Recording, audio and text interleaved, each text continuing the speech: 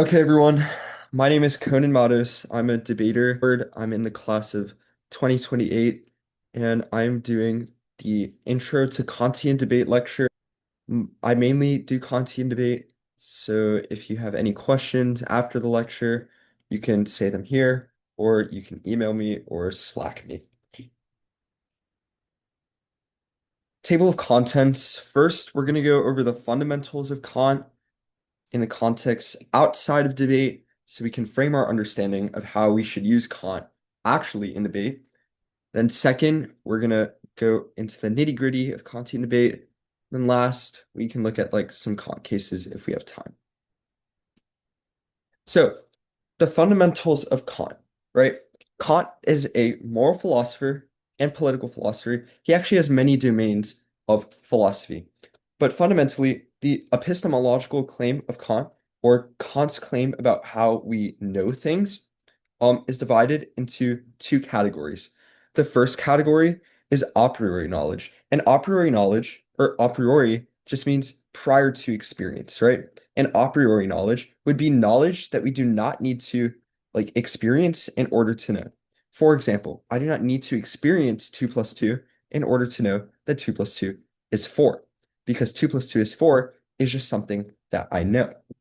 However, empirical, like the word empirical indicates something that requires experience and it is tied to the natural world in contrast to a priori knowledge. Empirical knowledge would be something like um the color red is made up of light vibrations X, Y, and Z, right?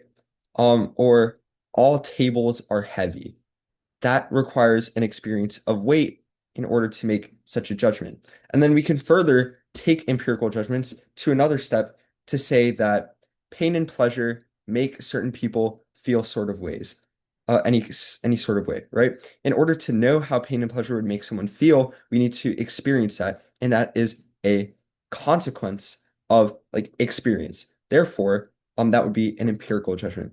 But Kant makes a claim that only a priori knowledge can be reliable in generating judgments and determinations of what we call normative truth, but we can just call that moral truth. For example, a normative truth statement would be the resolution, like the United States ought to guarantee that all workers receive a living wage. Next, Kant says that agency is the capacity for rational beings to act on reasons and principles. This is the basis of Kantian knowledge, or like Kantian philosophy, because Kant says that morals are derived from the particular nature of agency, right?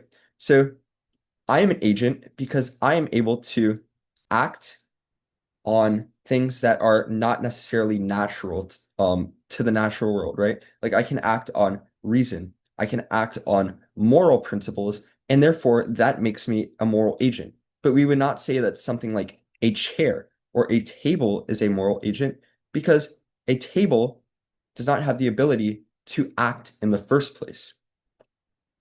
Therefore, anything that can act on reasons and principles and think and in general just practicality would be considered an agent. Next, something that is very particular about the nature of agency is the ability to practically reason. It is the ability for people to determine how they will act and how they will set and pursue their own ends, right? And in order to exercise your practical reason, you need to be free and dignified in order to do so, right? Because practical reason in agency is all about being able to make your own choices. But what does that require? That requires freedom. If one does not have freedom, then that precludes any possibility of exercising your agency or your faculties as a reasoner to begin with. Next, Kant also says that because we are practical reasoners and every agent is a practical reasoner, there is a system of universal moral laws for respecting freedom that can be derived from this agency. This is called the categorical imperative. Korsgaard, a Kantian, states that the categorical imperative is constitutive to agency because we can derive it solely from practical reason. So let's think about like a thought experiment. Take, for example, like you are just born, but you are like once you're able to think and you are able to practically reason once like you are developed enough, right? Once you're able to practically reason, you can definitely cognize that you are a reasoner because by thinking, you therefore are existing because if you did not exist, then you could not think, right? And then you can make a priori judgments such as because I am free, I am able to think and exercise my reason and my agency in the first place, which means that freedom would be a necessary constraint on agency. Otherwise, I wouldn't be able to act in the first place. And therefore, we can like go and do this thing of deduction for a long time, but like it's pretty simple, right? Because we are agents, we can cognize our own agency, and then thus we can cognize the categorical imperative, because the categorical imperative is a system of moral laws for respecting freedom. Next, a fundamental part of Kantianism is that Kant is not a consequentialist. Okay? Kant says that ethics must originate in a sense of duty. And where does duty come from? Kant says that duty comes for the sake of the goodwill, and it is rooted in the goodwill, which acts for the sake of the categorical imperative and not personal inclinations. Give me a second.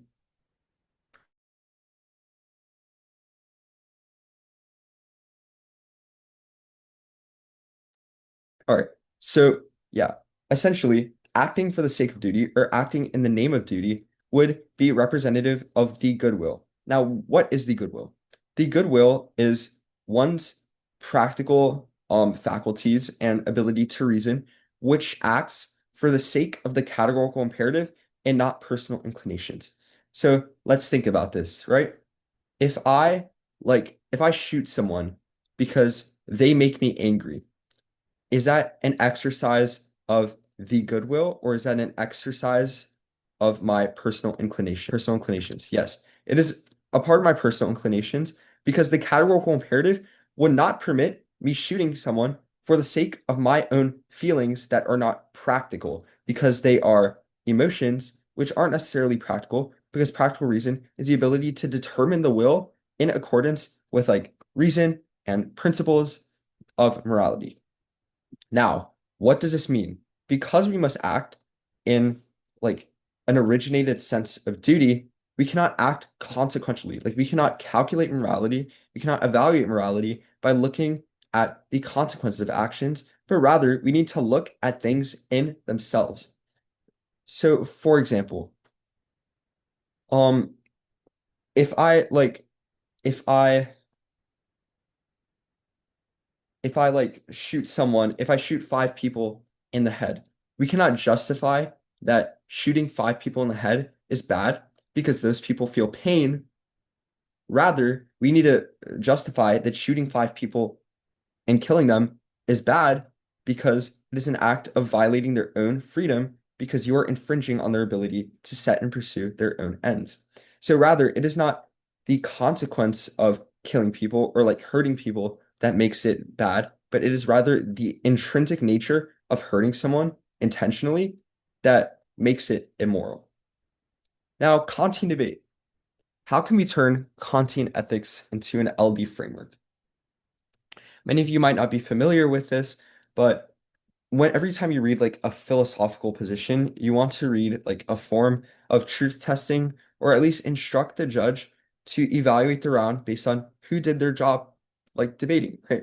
So the affirmative job is to prove the resolution true, which means they must prove that the United States ought to do X, Y, Z, whereas the negative job is to prove the resolution false, meaning that the United States does not have an obligation to do X, Y, Z. The point of a framework is to determine an obligation. And what Kantian debate would seek to achieve is to determine an obligation to do something. That's why we would read the Kant framework, either to disprove an obligation or to prove an obligation. Now, let's get on to like syllogisms. This is very debate-y, but it's very simple when you think about it.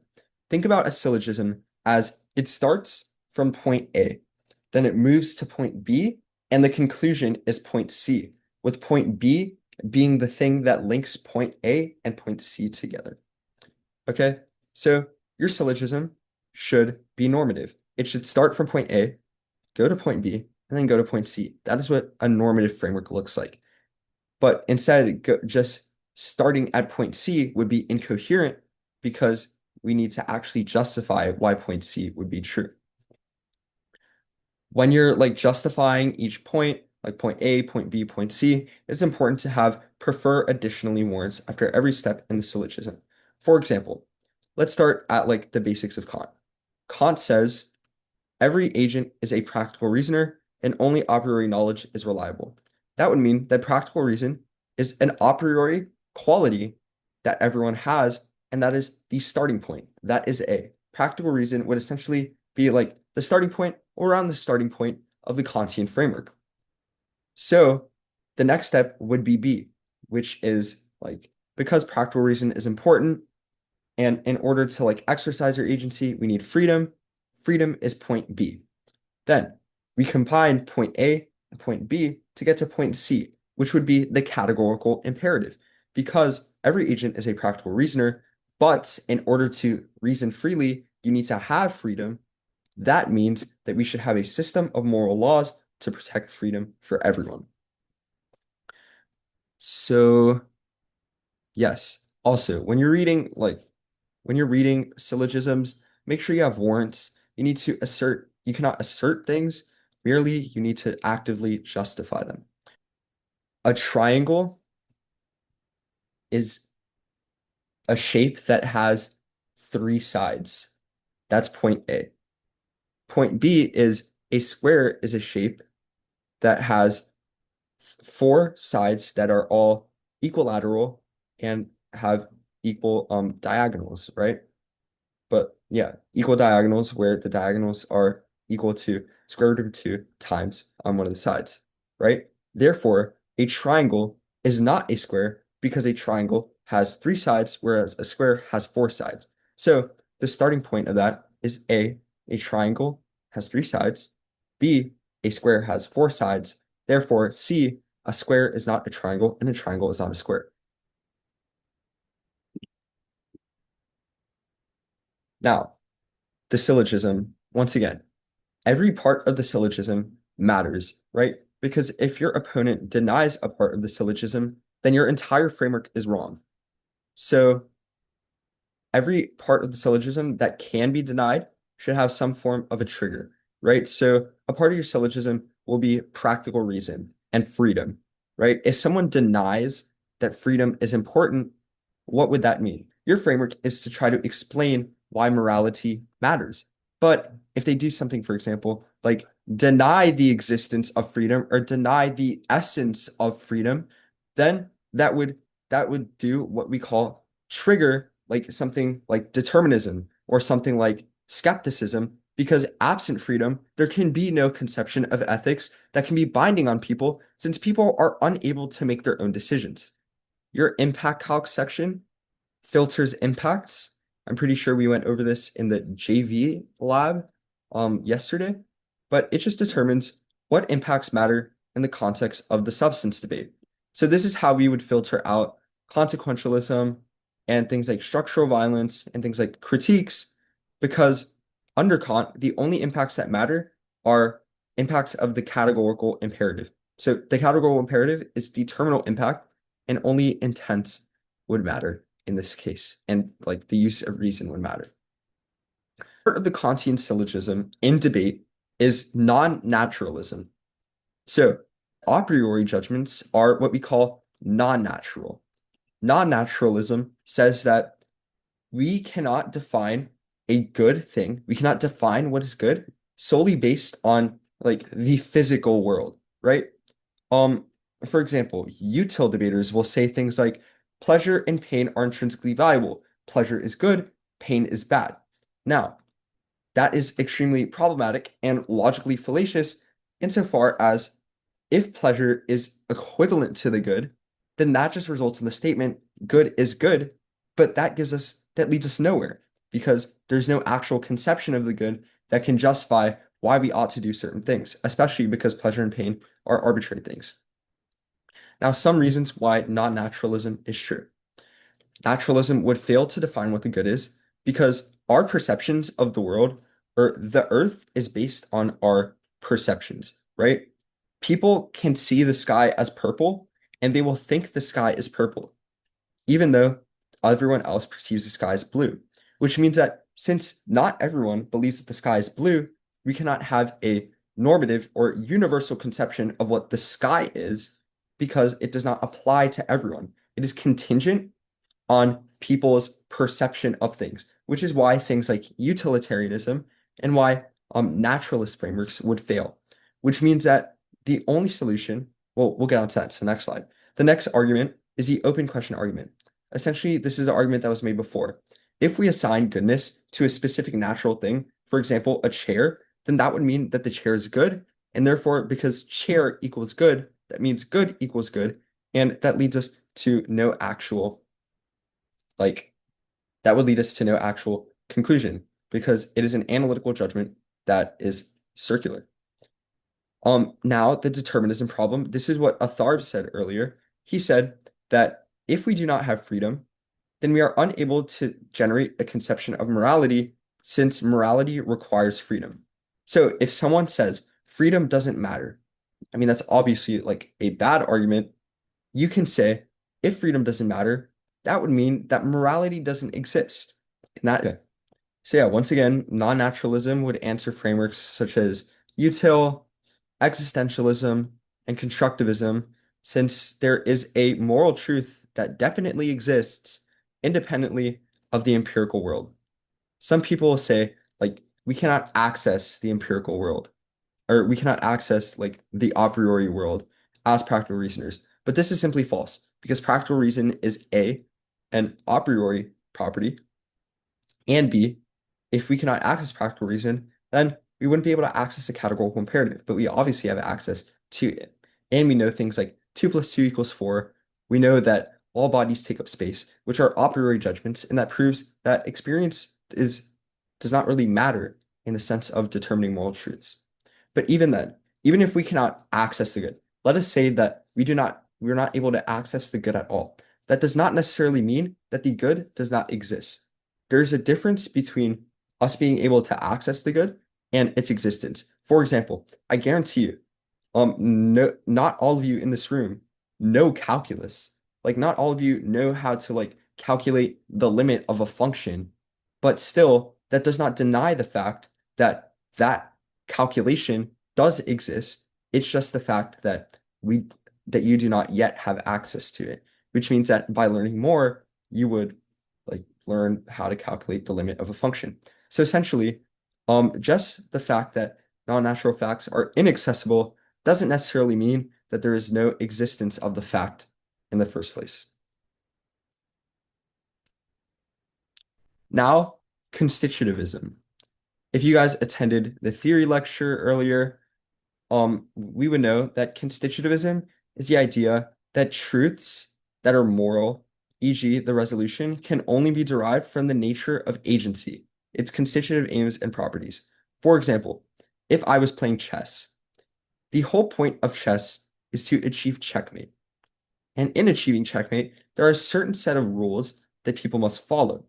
I cannot move my pawn 20 spaces in front because the chessboard is probably not that big to do so, and it would violate the rules of chess for the ultimate goal of achieving checkmate. Now let's apply this to morality. We have established that every agent is a practical reasoner, and therefore, because everyone has practical reason, it is constitutive because our ability to be an agent requires the ability to reason. That is the whole point of being an agent. So, absent the ability to reason, we wouldn't be able to like determine normative moral truths. But Kantian ethics grounds normativity in constitutivism, which thus grounds normativity in agency and practical reason. Therefore, that means all ideas of the good and morality must come from a standpoint of practical reason and the categorical imperative. Now, what does this say about naturalism or util for a different description of it? Constitutivism would say that util is based on things that are natural and ever-changing. We discussed this in the last slide. My conception of these headphones is different than your conception of these headphones.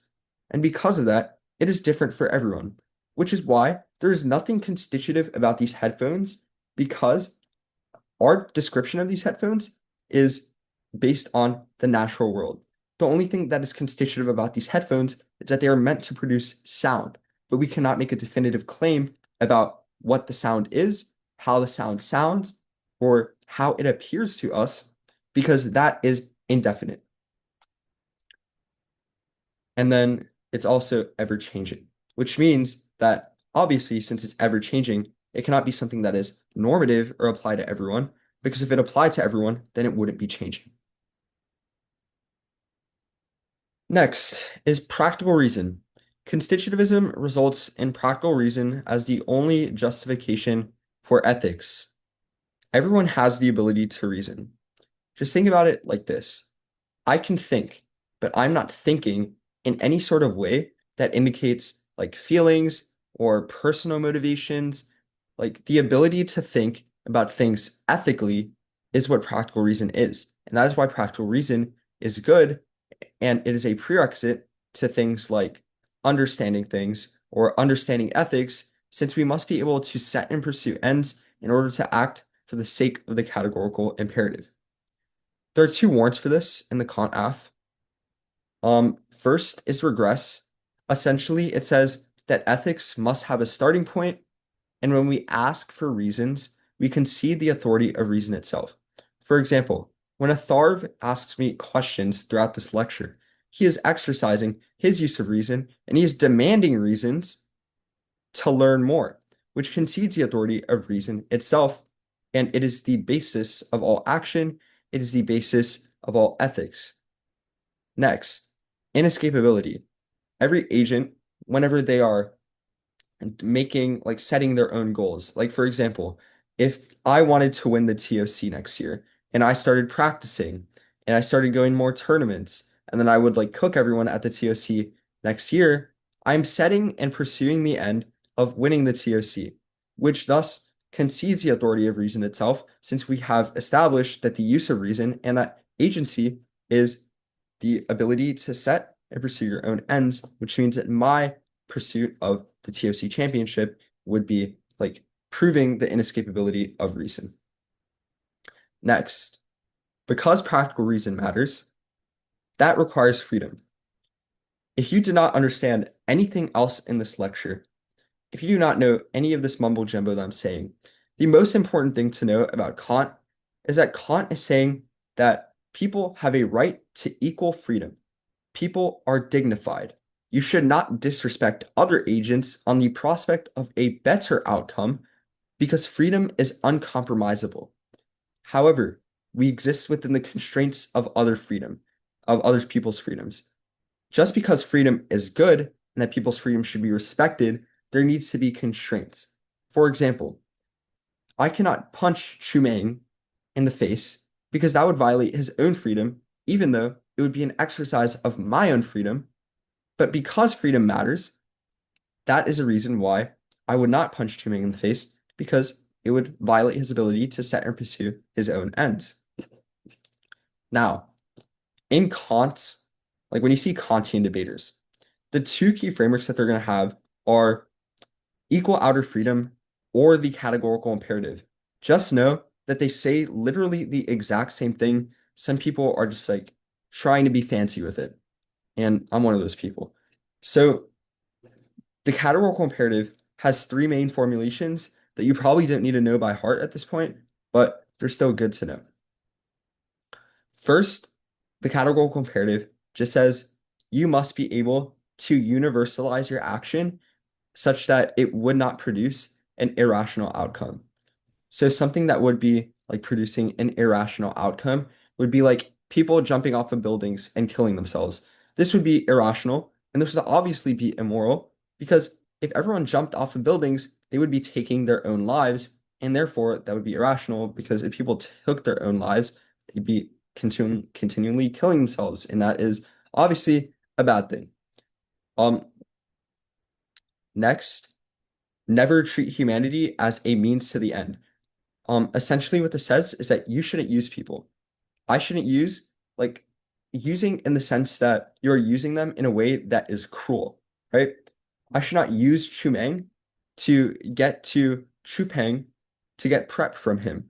because that would be bad, because that is cruel. Next, the autonomy formula.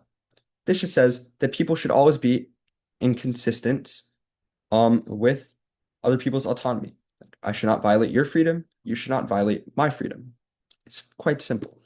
So the fundamental point of this is like the end point. The end point of Kant is freedom. Freedom is good. We should respect it because everyone has freedom and everyone is a practical reasoner. All the stuff that we talked about before that like you might perceive as mumbo jumbo is mainly just for tech debate, right? Because technical debaters are going to be like, you need to normatively justify why freedom is good. The normative justifications for why freedom is good is point A, ethics must start from a conception of non-naturalism and a priori principles, not empirical ones. Point B is constitutivism, which just says that the non-natural principle or quality that everyone has is the ability to practical reason. And then point C would just be freedom. Point C is a conclusion. Point C is true because A and B are true. Next, and as a part of like equal outer freedom, if you're going to read Kant in a lay round, you just need to put the value criterion is respecting freedom. It's very simple. And then you just explain why freedom is good in very, very lay terms. So the two reasons why freedom would be good is because absent freedom, we couldn't make decisions, which removes any conception of morality. And then two, every agent exercises their freedom when they go about setting and pursuing ends. Like it's that simple. This is just for tech debate. And this conception of the omnilateral will is a very technical term, but essentially it means that we just need a government to protect our freedom.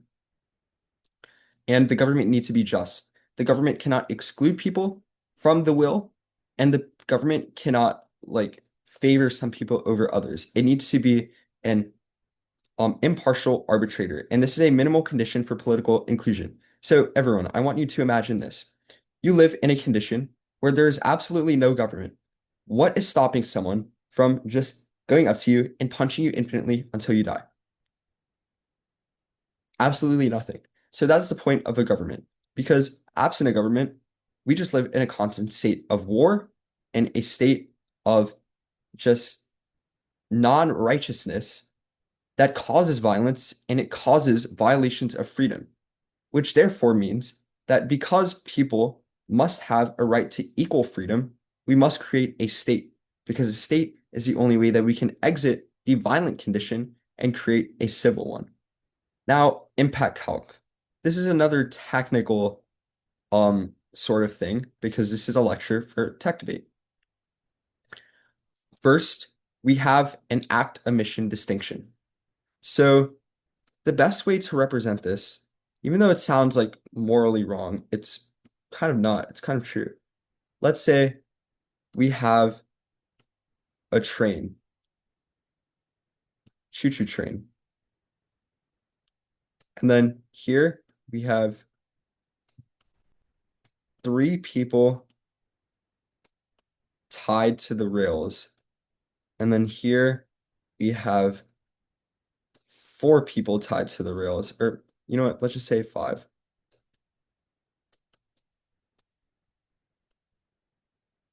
5, 3. This train is never going to stop. It is initially headed towards the 5 people. It is geared that way. But there is a lever that you can push or you can pull in order to save 5 people, not save, but in order to prevent the death of 5 people and save 3 people. This is the lever. Intuitively, the util debaters are going to say, we should pull the lever and kill 3 people. But the problem with that is that you are a random spectator who has just been presented with an option to either kill 5 people or to either let 5 people die or to kill 3 people. The thing is, when you pull the lever, you're actively killing 3 people, but if you don't pull the lever, 5 people are dying independently of like your own choices. This is what we refer to as the act omission distinction. Util debaters will say that you have an obligation to pull the lever, whereas Kant debaters would say you have 0 obligation to pull the lever, because you are not morally culpable for the actions of someone who tied these people to the train in the first place. Therefore, you have no obligation to pull the lever, and if five people died, that is not your problem. But if the three people died because you chose to pull the lever, then that is your problem because you made an active choice to kill these people. It's a little bit complicated. Does anyone have any questions about this?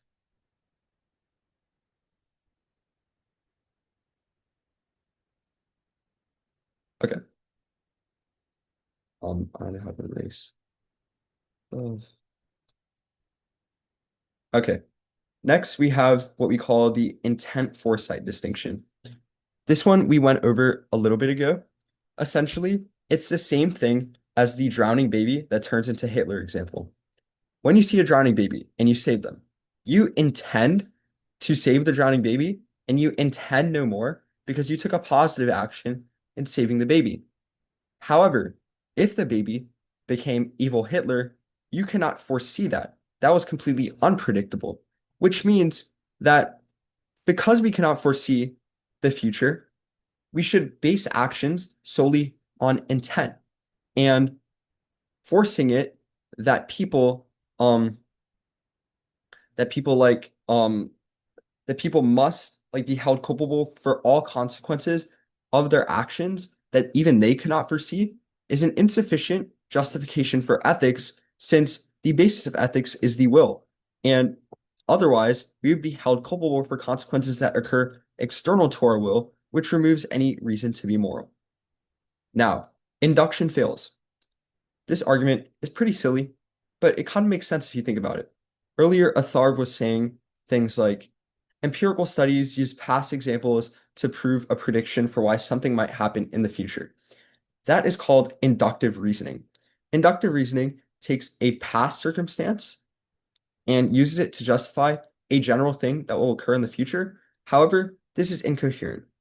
For example, um, let's say let's say I drop this I drop this pair of headphones, right? I drop this headphone pair of headphones on the floor, and it falls a certain way.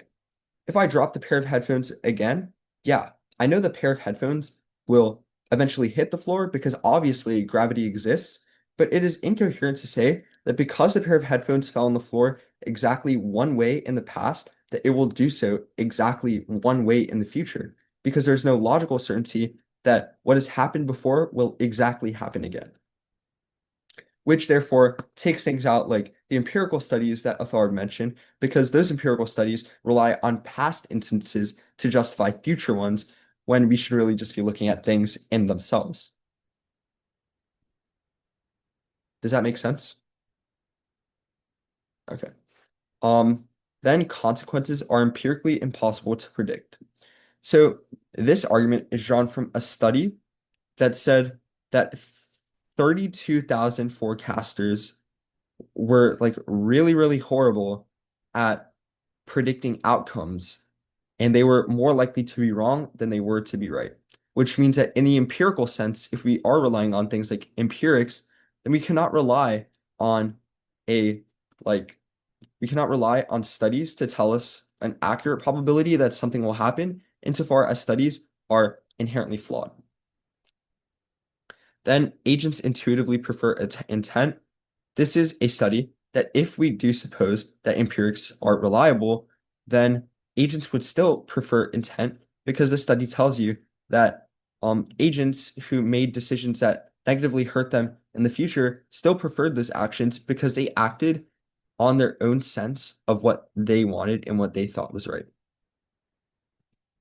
Then the end states argument says that if we rely on consequentialist ethics to determine whether something is good, we cannot know whether things are good until after the action was taken, which is why, like, we would not know whether shooting someone in the head would be a good or bad thing until after we know that they die because of that, which means that under util, that would be like a util wouldn't be able to justify the intrinsic nature of why something would be good or bad as a concept.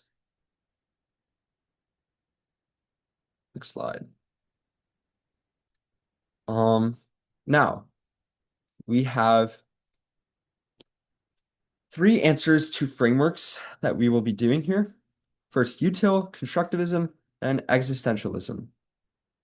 So we've been talking about like the distinctions between Kant and util this whole time, basically like answering these things. The points of clash are naturalism, which we have discussed, is not true because naturalism cannot be a sufficient justification for ethics since things are always changing, it's tautological, and our perception of things is flawed. That's an answer to it. Then, on impact calc, util would say that predictions are accurate, whereas we would say that predictions are false. Util is going to say things like, yeah, experts are getting better at predicting things. There's a normal distribution of outcomes, but insofar as one, normal distribution is impossible in the empirical world, since there is always something that will be changing, that proves that predictions will fail. And independently, induction fails would take this out because predictions rely on predictions to make predictions, which means that they are circular. Then the next point of clash is extinction outweighs. If you're going to end up reading Kant, this is what you need to know how to answer. They say extinction outweighs because it is irreversible. Okay, so what? What is the terminal impact of extinction? So what? Even if it is irreversible, there is no justification for why, even under their framework, the extinction of everyone would result in infinite pain. If anything, util would justify that the absence of pain is better than pleasure, which means that when everyone goes extinct, they will no longer feel pain anymore, and thus under util, that would be bad. Or that would be good. That'd be good. Yeah. But even if util or extinction is irreversible, that's an is-ought fallacy because that doesn't mean that we ought to preserve human life. There is no normative justification that comes out of util for why we should do so. Next, moral uncertainty. This just says that we are no longer we are not 100% certain of any ethical theory. So any risk that we could all die or any risk that we might know something is a reason why we should stay alive to find out. One, Kant would resolve moral uncertainty because he says that we are practical reasoners who have access to something called the goodwill, in which we can determine what is moral through a system of moral laws called the categorical imperative. So the answer to this is categorical imperative, cat solves. And also, moral uncertainty only occurs within the natural world, right? The problem of uncertainty only happens because people perceive things differently, such as like the problem of math, right? Like people will have disputes over like problems of physics, problems of calculus, problems of statistics because of flaws that happen in the natural world. Whereas if we were to make analytic judgments about like a priori concepts of math, there would be no moral uncertainty because there's no way to have differing subjective interpretations if we all stick to our constitutive faculties. Then they'll say that extinction outweighs because it prevents the ability to reason. The same argument, like you can cross-apply the argument about like the categorical imperative, but this does not necessarily prove why extinction would outweigh. That is just a reason why we need to exist to reason, not a reason why the absence of existence or the absence of reason would be bad. Because the fact is, we are all reasoners, but that does not necessarily mean that we ought to promote existence. That rather just means that we should not violate people's freedom. So there's no actual justification or warrant for why that would matter, because they're going to try to make the claim that our ability to reason and a priori principles are developed from like naturalist tendencies, but they're extremely conflating the concept of we are only able to like access a priori principles insofar as we exist with the idea that a priori principles come from existence. So there's an obvious distinction there. Then on like phenomenal introspection, this argument basically just says like, well, we can go to a util debaters wiki to to talk about this. Um, so look, this is your basic util AF, right? It has all these arguments, phenomenal introspection. This is the argument that we're going to answer. He says that by experiencing feelings such as pain and pleasure, we can learn that they are intrinsically valuable because by experiencing the world, we come to realize what like the phenomenological states of pain and pleasure. But one, we would say that this is incoherent, um, an incoherent justification for ethics because everyone experiences pain and pleasure differently, and just because people experience it does not necessarily mean that it has any ontological status or rather moral worth. So there's some answers to it. How do I it does not necessarily mean that that just because we can phenomenally introspect, that does not mean that it is intrinsically valuable or reason why pain and pleasure are justified, insofar as we have established that experience is not a sound justification for ethics. Now, Kant versus constructivism. Actually, we can just, yeah, we can use this. Basically, constructivism is the idea that there is no ethical truth that exists, and therefore like what the word says, society constructs ethical truths. So people create meaning, So authors. like social practices. Yeah, like social practices. Yeah. So constructivism just says that ethics are generated via and in social practices because there is no initial access to the good. One, we would say that phenomenology is wrong.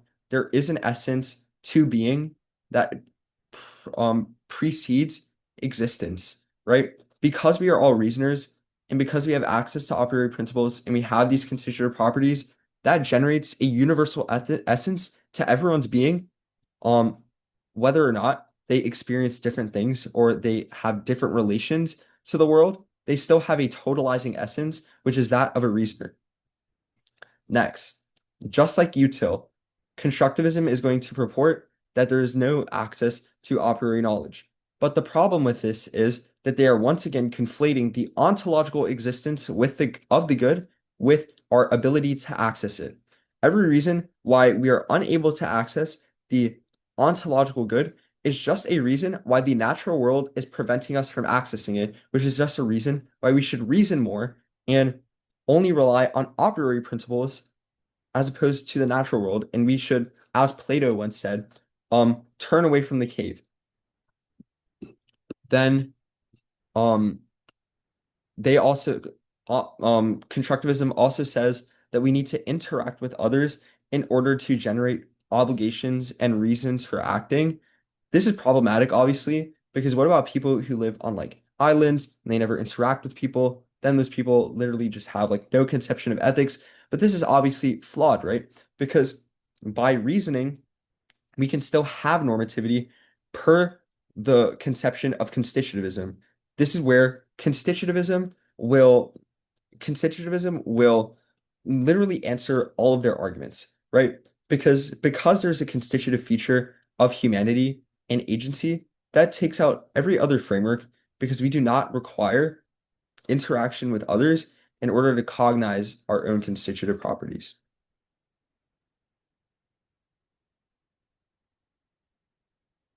Existentialism, this is the same answer to constructivism. So yeah, we just say that there is an essence to humanity and that humans are intrinsically valuable because they are reasoners, and therefore that generates universal reasons for acting. And that is the end of the slideshow.